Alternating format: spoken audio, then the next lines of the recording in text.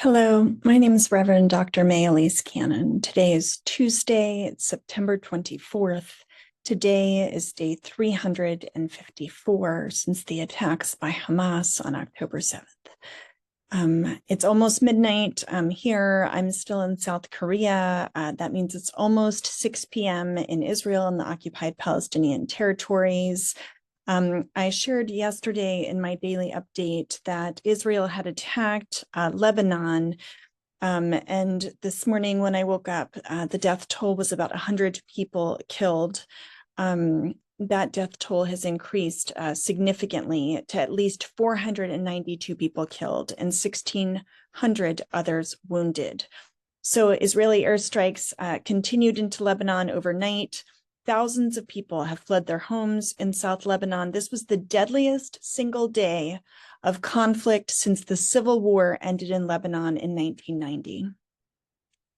Hezbollah fired dozens of rockets toward northern Israel this morning. The Israeli Defense Forces said most of them were intercepted. The U.S. is actually sending additional troops to the Middle East in response to escalations in fighting between Israel and Hezbollah, according to the Pentagon. The U.S.'s main goal is to prevent an Israeli ground invasion into the Lebanese state. Israeli Prime Minister Netanyahu yesterday vowed to take whatever action is necessary to diminish the threat that is posed by Hezbollah. And meanwhile, Hezbollah's leader, Nasrallah, warned that the conflict was entering a new stage. You'll recall that Hezbollah also said that they would stop the escalations if Israel stopped the war on Gaza. Hezbollah confirmed its head of military operations, Ibrahim Akhil, was killed on Friday in an Israeli airstrike on a southern Beirut neighborhood. Lebanese officials say that at least 36 people were killed and at least 68 were wounded. Slain Hezbollah leader Akhil was wanted by the U.S. for his involvement in the bombings of the U.S. Embassy in Beirut and the Marine Corps barracks in 1983.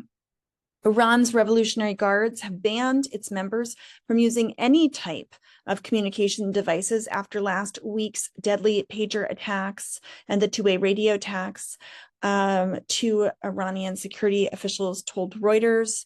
And President Biden said yesterday that the U.S. is doing everything we can, quote, to prevent a wider war in the Middle East.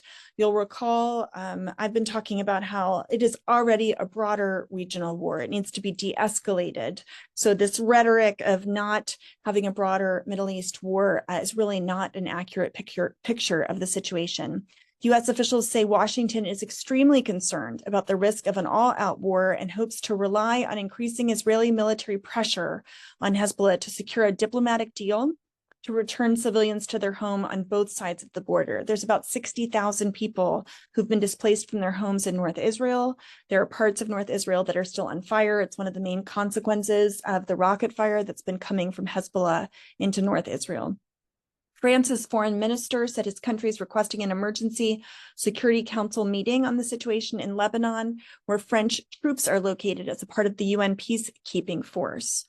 China's foreign minister said that his Lebanese counterparts yesterday that China strongly condemned the Israeli attacks and supported Lebanon in safeguarding its security. And separately, Jordanian officials expressed solidarity with Lebanon, calling for UN action against Israeli aggression, while Turkey said that Israel's attacks on Lebanon mark a new phase in its effort to drag the entire region into chaos. That was Reuters and the Washington Post. Iranian President Masoud Pezeshkian said yesterday that Israel's July assassination of Hamas political leader in Tehran will not go unanswered. Pezeshkian said that Iran's response to the killing was delayed because of U.S. warnings that a Gaza ceasefire deal was imminent, and they didn't want to interrupt that potential progress. He said that was misleading. He also said Iran will back Hezbollah as long as Washington continues to arm Israel. This is just a reminder that the U.S. Is a critical player, not sitting idly by, but actively participating in the ongoing hostilities and violence in the Middle East. A Hamas field commander was killed in Israeli airstrikes in Lebanon, Hamas's armed wing said yesterday, according to CNN.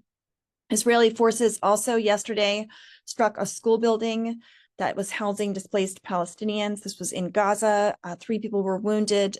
3 people were killed and several others were wounded. And Netanyahu is considering a plan to force all Palestinian civilians out of North Gaza, to besiege Hamas, and to force the release of hostages. Hundreds of thousands of Palestinians are still estimated to be north of the Netzarim corridor. That's the corridor that splits Gaza in two. And it is unclear if Palestinians will be allowed to return, those who are in the south, whose homes are in the north. While the U.S.'s government's 2 foremost authorities on humanitarian assistance, USAID, and the U.S. Agency for International Development is USAID, and the Bureau of Population, Refugees, and Migration, they concluded in April that Israel had deliberately blocked aid deliveries to Gaza, which is illegal by international law. Secretary of State Antony Blinken has not accepted their findings. Days after the assessment, Blinken told Congress, "We do not currently assess that the Israeli government is prohibiting or otherwise restricting the transport or delivery of U.S. humanitarian assistance." That was in ProPublica. Now, I have to say, this is despite all evidence to the contrary that has been presented by humanitarian agencies and by international development agencies. The most recent report of which, the Norwegian Refugee Council, reported that up to 83% of food aid could be blocked. Now, I'm just saying that 83% is such an exorbitant amount for the U.S. to say that no aid is being blocked. There's such a discrepancy that it's really absurd to have such a discrepancy. When the facts are so clearly indicated. I mean, even our own government, our own USAID agency, where that's their expertise, has said that food is being used, is being deliberately prevented from entering into Gaza.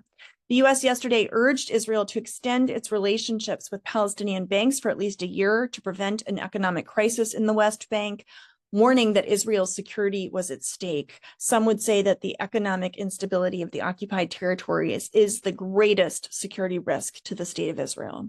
To give you a sense of how tense the situation is in Israel, currently a 12-year-old Palestinian citizen of the state, so an Arab Israeli, a Palestinian citizen of the state of Israel, a 12-year-old girl was suspended from school.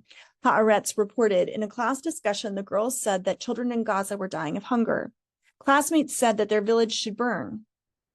Her village should burn, and allegedly attacked her after class. The school told her parents that they suspended her to protect her, but education ministry officials accused her of inciting against the army. A Beersheba High School suspended this young woman, an Israeli Arab pupil. This was last week after she expressed solidarity with children in Gaza. Continue to pray, continue to beseech God in heaven, the Prince of Peace. Learn and lean into relationships in your own community with Palestinians, with Muslims, with Jewish people, with your Christian neighbors. Speak out and call for an end to all violence, an end to the bombing of Gaza, an end to the bombing of Lebanon, an end to the bombing of Israel. Whoever the perpetrators might be, call for an end to all violence, an end of the invasion and the ongoing ethnic cleansing of Gaza and the West Bank, and against the invasion of Lebanon. The situation is so desperate. Continue to use your voices to advocate for justice and to work towards peace. May it be so, in the name of Christ. Amen.